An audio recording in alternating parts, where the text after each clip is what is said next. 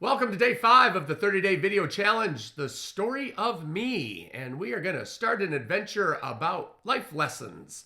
As I am now 55, there are certainly plenty of life lessons. And so we're just going to kind of spitball and free flow as we go. So going way back to 5th grade was an interesting one because this ties into kind of my personality and why I am so passionate about helping kids. Kind of laid the foundational work of a lot of things. And so we call this one the battery story.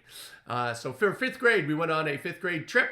And I don't remember if it was Toronto. I believe it was Toronto. And the hotel we stayed in back way in the day, when we got up to, we were at the very, very top floor, and the hotel did not have screens on the windows. So we could open the window and somebody could actually fall out and die. That's how careless things were back then. So unfortunately, as mischievous kids, we were all put in rooms, like 5 or 6 kids in a room, and the other boys that I was with thought it would be really cool to take water and dump it down and hit people on the sidewalk. In 5th grade, we had no concepts of physics and the speed and the force that would have when it hit somebody. So fortunately, nobody was seriously hurt in the incident. But what would happen that evening? So we were there for the weekend, and that evening, they asked me if I was interested in participating. In that time frame, I was very big into baseball and was a pitcher, and there just happened to be a construction zone right across the street. So they challenged me that I would not be able to throw a battery across and hit the construction zone. So being competitive and up for the challenge, usually, I accepted that challenge. So we had the window open and, threw probably 2 or 3 batteries and naturally hit the construction zone and went to bed that night. Well, the next morning, the boys in the room decided to continue the charades. And unfortunately, one of our parent leaders and principal were on the sidewalk when they started to dump some of the water out the window. So right away, they came racing up and came to our room and started to yell at everybody. I happened to be in the bathroom at the time. So as I came out, started to hear what was going on and found out that we were all in trouble. So I promptly sat down with the boys that were getting lectured and yelled at. And the principal said, well, you don't have to be here. It was these guys that did it. And so at that point, I fessed up and said, well, sir, I participated as well. I threw some batteries last night, into the construction zone. So if they're going to be in trouble, then I am too. So in that, ended up getting in trouble with the boys. We were supposed to go on a field trip to a science center, and we weren't allowed to go, and they just kept us in a room, and we had to just sit and wait for everybody to get back.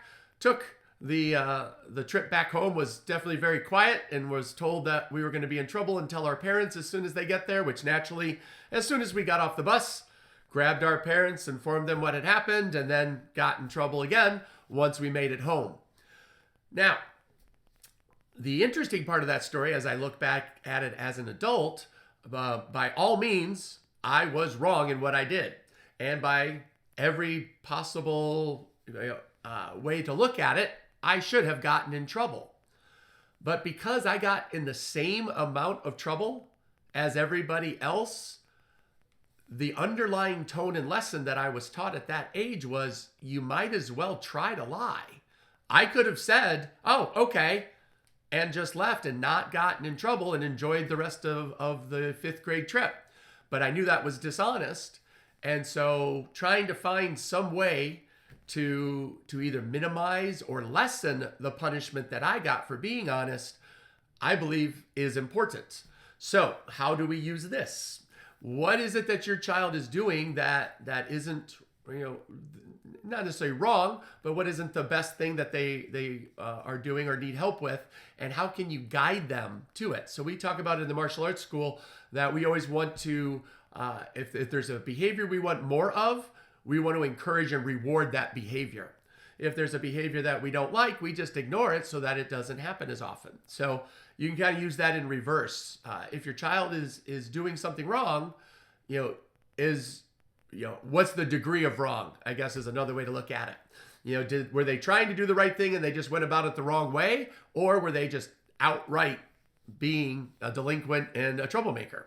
And so I think a lot of that has merit.